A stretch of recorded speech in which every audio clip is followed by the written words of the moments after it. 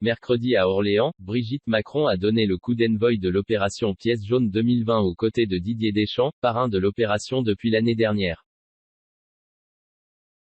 C'est en compagnie de Didier Deschamps, parrain de l'opération pour la deuxième année, que Brigitte Macron a donné le coup d'envoi de l'opération Pièce jaune, mercredi au centre hospitalier régional d'Orléans.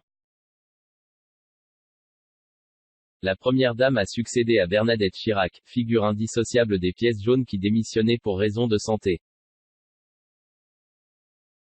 Après avoir visité le service de pédiatrie, en compagnie champion du monde comme joueur et comme sélectionneur, qui a signé au passage ballon et maillot, Brigitte Macron a pris la parole devant plusieurs d'enfants et des membres du personnel de l'hôpital.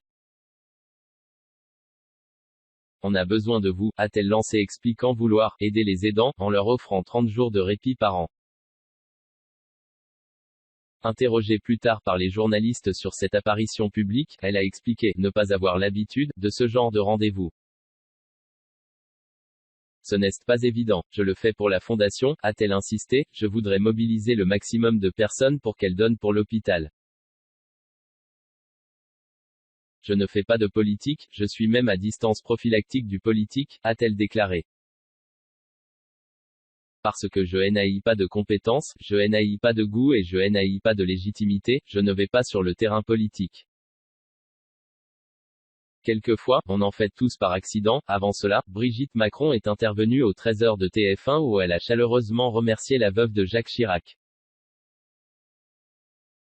Merci pour tout ce qu'elle a fait. Quand on va dans les hôpitaux, on voit les maisons des parents, on voit la place que, grâce à elle, les familles ont pu prendre dans les hôpitaux.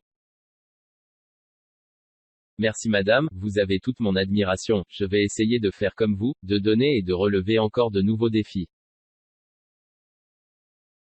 Interrogée sur la souffrance du personnel soignant, dont certains sont en grève depuis des semaines, elle a dit comprendre ce désarroi. Elle a indiqué échanger à ce sujet avec le président, je lui en parle, il m'en parle également. Il en a extrêmement conscience. Ils sont véritablement tous à la tâche sur ce sujet. On veut préserver notre hôpital. Notre hôpital, les Français l'aiment, on a un des meilleurs systèmes au monde, a-t-elle martelé sur TF1. On va tous faire ensemble avec notre hôpital. C'est l'ambition que j'ai, c'est ce qu'a fait Bernadette Chirac. Plus tard devant des journalistes, elle a à nouveau abordé le sujet, oui, il y a un problème de santé. C'est certain mais on n'est pas là pour le résoudre, on est là pour aider. Moi, ce que je veux, c'est leur donner de la visibilité. On a un des meilleurs systèmes de santé au monde, on tient à tout prix à le préserver. Une vingtaine de « gilets jaunes » et de militants Sud et CGT ont affiché une banderole « du fric pour l'hôpital public » sur le parvis de l'hôpital avant l'arrivée de la première dame. L'épouse du président s'est également exprimée sur les derniers mois de protestation. J'écoute, mais, je trouve ça très difficile, a-t-elle confié. Dès que l'on arrive dans le domaine de la violence, je suis très déconcertée, parce que fondamentalement, la violence, ce n'est pas le monde que l'on veut pour nos enfants. Personne n'est à l'aise dans ce climat de violence, quand il y a protestation critique, c'est très bien.